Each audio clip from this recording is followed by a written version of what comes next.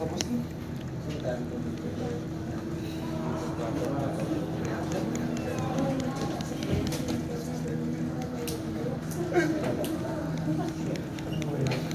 eto.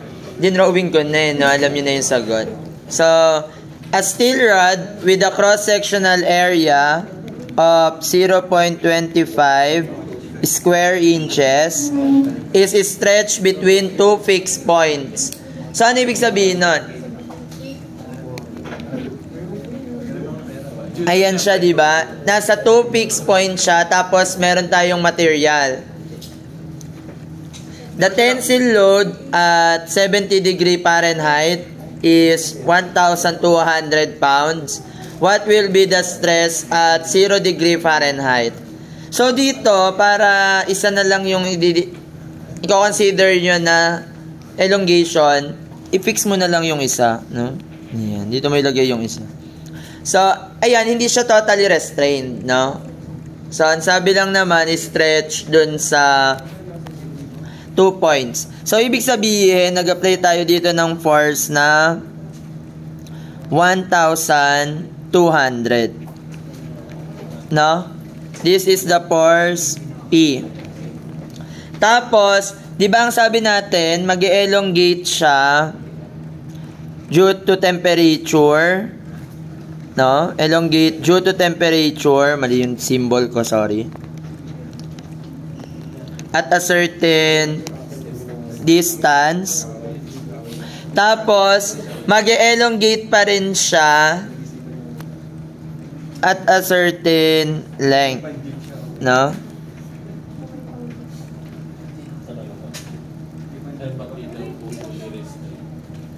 Ang sabi kasi, stretch between 2 points. No? So, hindi pa siya nakadikit doon.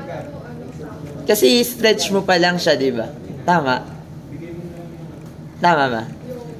Okay. Or pwede mo na may stretch ng pareho. Or kung gusto nyo i-pulley restrain natin, pwede rin. O sige, pulley restrain natin kung gusto nyo. Pero, ay! Ayan. So, kung ayan, ipo-pulley restrain natin siya. So, kung makikita nyo, di ba, mag-elongate siya due to temperature. Mali na namin symbol. Elongation due to temperature. Tapos mag-elongate din siya due to force P. Tama? Tapos, since meron nga tayong force, meron tayong pulley restrain, so ibig sabihin mag-i-induce tayo ng stress. No? Na kung saan, ibabalik niya yan, no? Ganyan talaga symbol nun sa ay, oo nga. Elongation due to force P. This is the elongation due to stress. So, yun.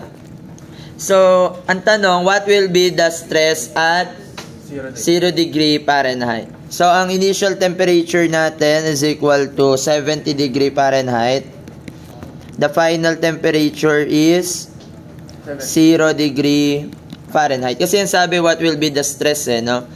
So, ang change in temperature natin is equal to negative 70 degree Fahrenheit. Kung makikita nyo naman, ginawa ko, di ba, lumamig.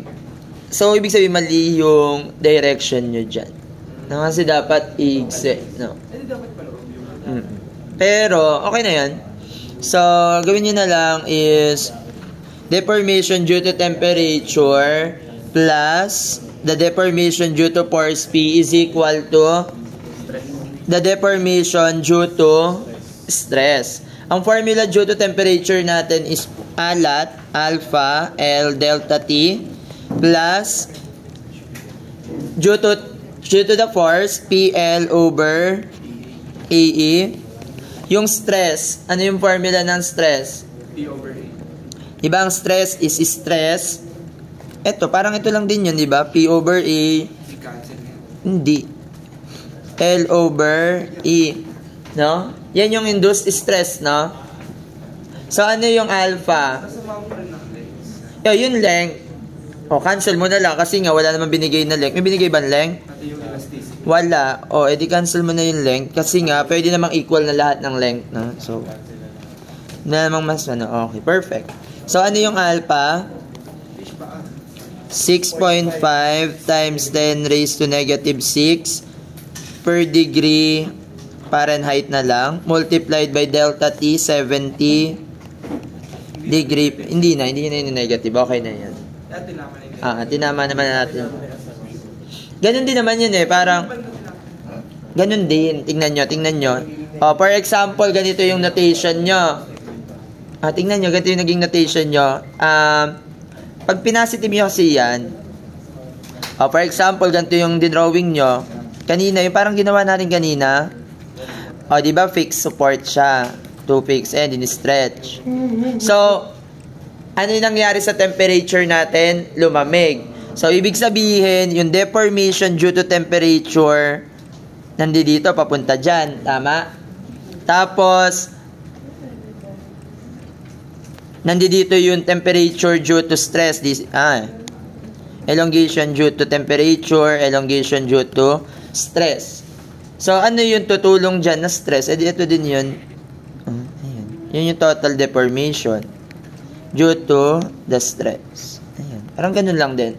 Pag-add mo lang din, kahit positive or negative yung gamitin mo. Ayan. So, next, kasi lumamig. Tapos, ihilahin mo pa uli yun, di ba? Kasi, yun yung tutulong, yung magre-resist. Plus, P. Magkano yung P? 1, 2 pounds. Divided by the area. Magkano yung area? 0.25. Modulus of elasticity. Magkano? 29 times 10 raised to 6. Nakakatuwa kayo. E raised to 6 yung basa nyo. Is equal to the stress over E. Siyempre, strip solve nyo to. So, magkano yung stress?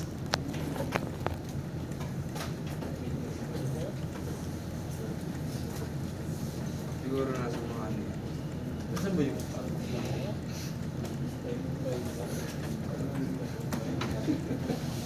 ate?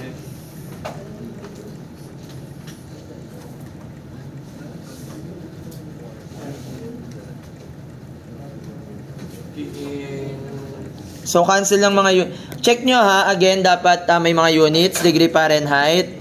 So, ito, ano yung units nito? Wala. Pero, di ba multiply mo yan ng E? May E tayo dito, which is PSI.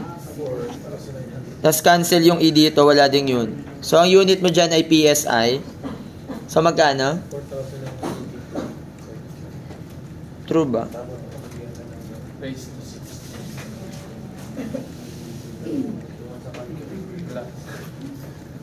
Wala. 0.25. Kano ba, sir? Hindi naka per 70. Multiply yun. Akala ko sa baba yung 70. Shift solve. Ay, variable eh. Basta magkano? 17,000.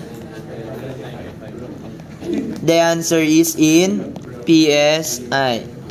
Or pwede na 18,000 KSI. So, next. Ang tanong, at what temperature will the stress be 0? No? So, ibig sabihin, 0 daw yung stress. So, drawing mo ng uli. So, ibig sabihin, wala siyang i-induce na stress. So, due to force P, so, parang, nyari, yan yung wall. So, di ba pagka hintila mo siya dito, due to force P, mag-elongate siya nang hindi siya didikit sa wall. Kasi nga, ang sabi natin, i-induce siya ng 0 stress. Tama? So, this is the elongation due to force P.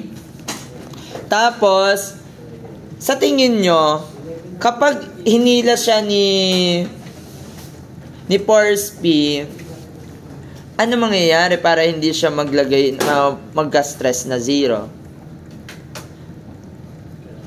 So, kailangan, kung ano yung hinila niya, or due to temperature, hahaba siya, di ba? Dapat humaba din siya. Okay. So, yun.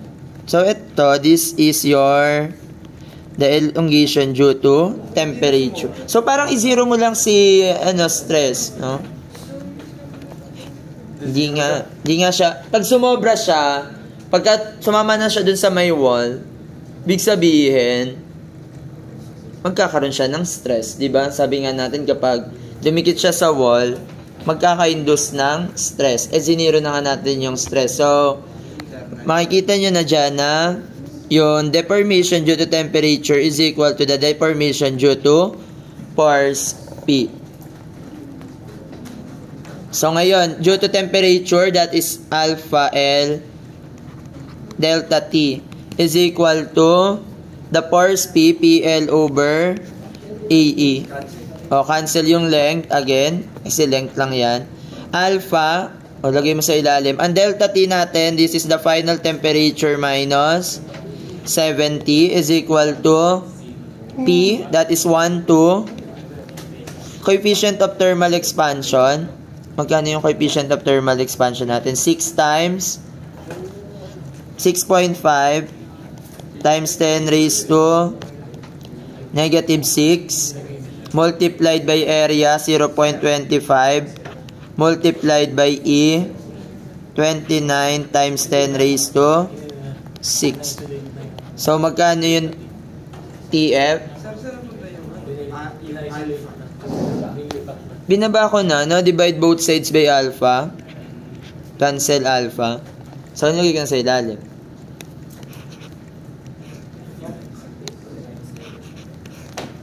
Magkano po? 90? 5.46.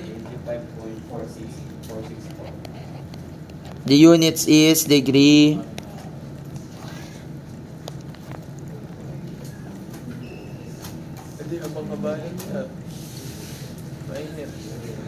Ay, ibig sabihin, mali lang yung direction. So, pahaba, minute.